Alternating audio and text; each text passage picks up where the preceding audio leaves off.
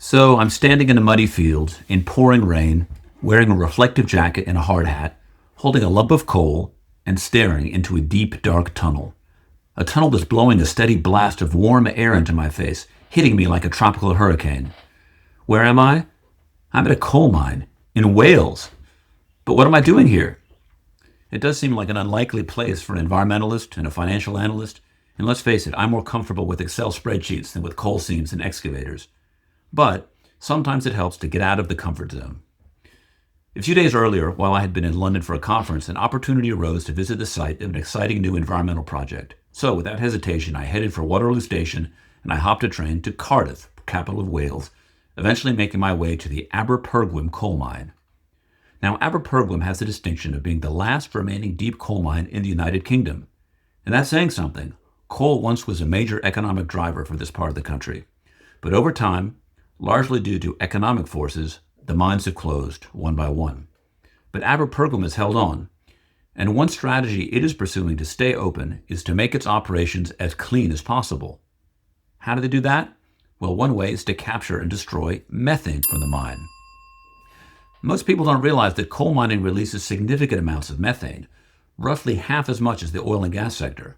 But unlike oil and gas, where awareness of methane emissions has risen sharply, coal mining operators don't talk as much about methane, and underground mines mostly vent it directly into the atmosphere, where it traps heat and accelerates climate change. But there are things that can be done about coal mine methane. One is to install a machine that removes methane from the mine's ventilation air. That's called Regenerative Thermal Oxidizer, or RTO. And an RTO is about to be built right where I'm standing in this rain-soaked field in Wales. Rinian, the mine's owner, gestures at me through the downpour, describing with enthusiasm the new shaft configuration that will make it all possible. But why am I really here? Well, I work on the sustainable finance team at EDF, where our role is to help channel capital towards climate solutions.